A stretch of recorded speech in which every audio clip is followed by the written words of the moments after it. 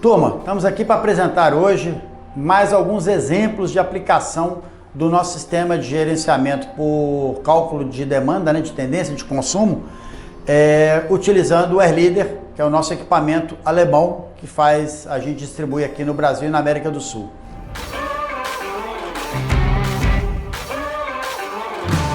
Olá pessoal, bem-vindos ao canal da AirLeader Brasil.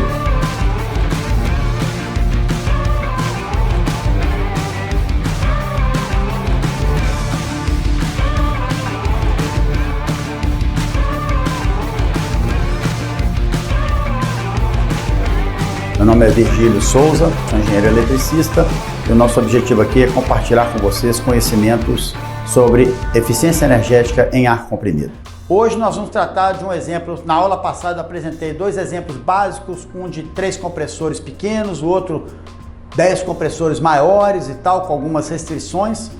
E hoje nós vamos falar de um sistema bastante grande, inclusive para as referências na Alemanha. É uma empresa em São Bernardo do Campo, uma grande empresa alemã, que tem AirLeader rodando na Alemanha e instala um sistema no Brasil mais complexo do que os que ela tem na própria Alemanha, tá? É um sistema interessante, com 2 centrais de ar a 1 km de distância uma da outra e tem compressores centrífugos de um fabricante, parafusos fixos e parafusos de velocidade variável de outro fabricante, todo mundo jogando na mesma rede interligada. E a gente conseguiu fazer o controle disso com o mesmo equipamento que nós temos no Rio, com o mesmo equipamento que a gente tem em Belo Horizonte, utilizamos lá, tá? E lá eles têm um sistema supervisório que a gente forneceu, como eu falei em alguns vídeos para trás, aí, um driver para fazer a comunicação com o supervisório de utilidades que eles têm lá.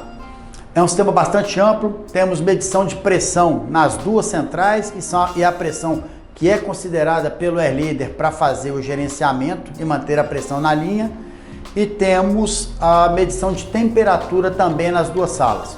Então, como eu expliquei num vídeo anterior, a gente interligou todos os compressores com uma rede RS485 e trouxemos os sinais da outra central mais distante do AirLeader para o AirLeader através da rede corporativa. Fizemos uma mudança de empacotamento, que a gente fala, do protocolo serial dentro de Ethernet, utilizamos a rede física como meio e novamente na central onde está o AirLeader a gente separou novamente, botou novamente em 485 e conectou ao AirLeader. Ele hoje então mede a pressão nas 2 centrais e faz a média e busca manter essa média dentro do ajuste desejado pelo cliente. Tá? É um case de muito sucesso para a gente, de muito orgulho, empresa gigante automobilística mundial, e para a gente é muito importante isso porque foi um desafio fazer algo tão complexo aqui no Brasil. Tá? Precisamos do suporte da Alemanha, que nos ajudou a conceber a solução, e temos pontos interessantes. Temos 2 centrífugos para começo de conversa, e como eu já falei em vídeo anterior, o centrífugo é um compressor que a gente não pode controlá-lo, como a gente controla um parafuso. Basicamente, a gente sabe se ele está em falha, se ele está disponível ou não e se ele está rodando.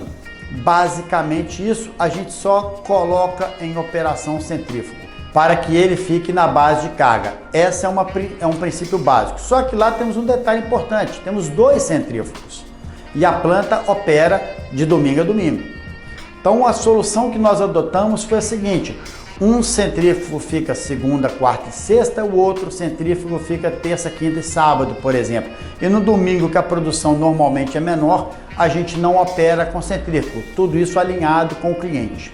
Então temos os 2 centrífugos na mesma sala, um para os dias pares, outro para os dias ímpares. E isso eles estão os 2 na prioridade número 1, porque eles são base de carga, eles têm que entrar, precisou de 2 gramas de ar, eles são os caras que entram porque eles seguram a onda lá realmente. E eu tenho acima deles os outros 14 compressores, 7 na outra sala e 7 na mesma sala. Dos 14, 2 VSDs numa sala, 2 VSDs na outra sala. Os VSDs 2 a 2 de capacidades iguais, tá? Então é um sistema bastante complexo e os demais são todos parafusos fixos.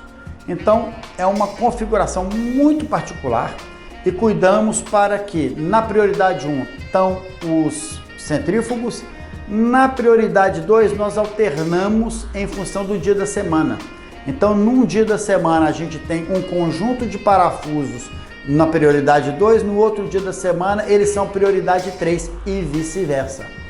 Por que foi feito isso? Para eu garantir que eu tenha sempre compressores nas duas salas operando. Porque eu não posso correr o risco do sistema definir que uma melhor combinação está toda na central A e eu tenho 0 de compressor trabalhando na central B e eu teria perda de carga para a central B. Então, para não acontecer isso, montamos dessa forma, de maneira que eu tenho sempre VSD de uma e VSD de outra, fixo de uma e fixo de outra numa mesma prioridade após os centrífugos. E na terceira prioridade são os que sobraram também, VSDs e fixos. Isso terças, quintas e sábados. Segunda, quarta e sextas eu inverto quem está na prioridade 1, que é o centrífugo, e inverto a 2 com a 3, de maneira que eu tenho sempre todos os compressores funcionando nas duas salas. Resultado excepcional, funcionando muito bem. Como o cliente tem um sistema supervisório próprio da utilidades, a gente disponibilizou o driver OPC para que ele mesmo implementasse a interface e fizesse a comunicação do AirLeader para o sistema deles. Tá? Projeto de muito orgulho para a gente, muito bacana realmente em operação. Bom pessoal, além desse caso em São Bernardo, nós temos um outro caso muito interessante no Vale do Aço, uma grande siderúrgica no Vale do Aço em Minas Gerais, aonde eles têm duas áreas enormes com capacidade absurda de ar e, portanto, a definição lá atrás, na época da engenharia, como nós falamos, foi tudo centrífugo. Então eles têm 4 centrífugos numa central e 5 centrífugos na outra central.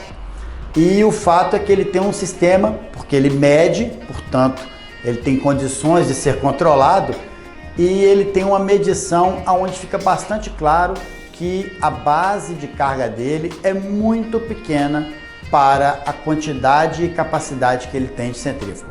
Vocês devem se lembrar de alguns vídeos atrás aqui no canal, eu apresentei um quadro com a capacidade que o cliente tinha aqui, o consumo que ele tinha na verdade, né, de ar. E foi o que eu usei para demonstrar o que era a base de carga e o que era a modulação. Naqueles gráficos deu para ver claramente que a modulação era 3 a 4 vezes maior do que a base de carga. Portanto, os centrífugos estavam hiperdimensionados para a realidade dele. Lá atrás na engenharia, a gente não sabe quais eram as informações disponíveis, é razoável que alguém pensasse daquela forma. Hoje, a realidade mostra outra coisa. Como ele tem as medições, ficou fácil da gente dimensionar para ele e verificar o que de fato ele precisa ter em termos de compressores lá. Então, ao invés de, por exemplo, numa central, ao invés de ter 4 centrífugos, ele poderia ter apenas 2 centrífugos, sendo um backup do outro praticamente, tá certo? E a modulação, você tira 2 centrífugos e colocamos grandes parafusos para fazer a modulação. Necessidade de VSD?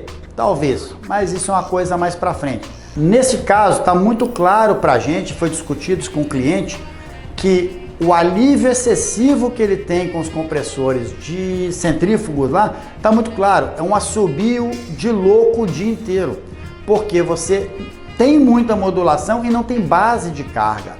Então, como os centrífugos não tem como aliviar de forma menos ineficiente, o prejuízo é gigantesco. Então, a solução é repensar as centrais para a realidade que ele tem medida hoje e apresentar um novo conceito para ele de modulação com grandes parafusos, compressores de parafuso. É o que vai dar a ele uma qualidade de modulação muito melhor para que ele melhore o seu resultado. E estamos falando de volumes realmente muito altos e que merecem uma atenção e um investimento para se melhorar. Detalhe importante, o sistema AirLeader não muda, é o mesmo sistema AirLeader do episódio anterior, onde falamos de 3 compressores para o Rio, falamos de 10 compressores para Belo Horizonte, falamos de 16 em São Bernardo do Campo e estamos falando para 8, talvez 9 compressores em Ipatinga, num sistema com um volume de ar infinitamente maior. Tá joia, pessoal? Essa é a nossa mensagem e, mais uma vez, o que não é medido não é controlado. Um abraço para todo mundo. Pessoal, se vocês gostarem do conteúdo, fiquem à vontade para dar um like, inscrever-se no canal e ativar o sininho aí para as notificações. Um abraço.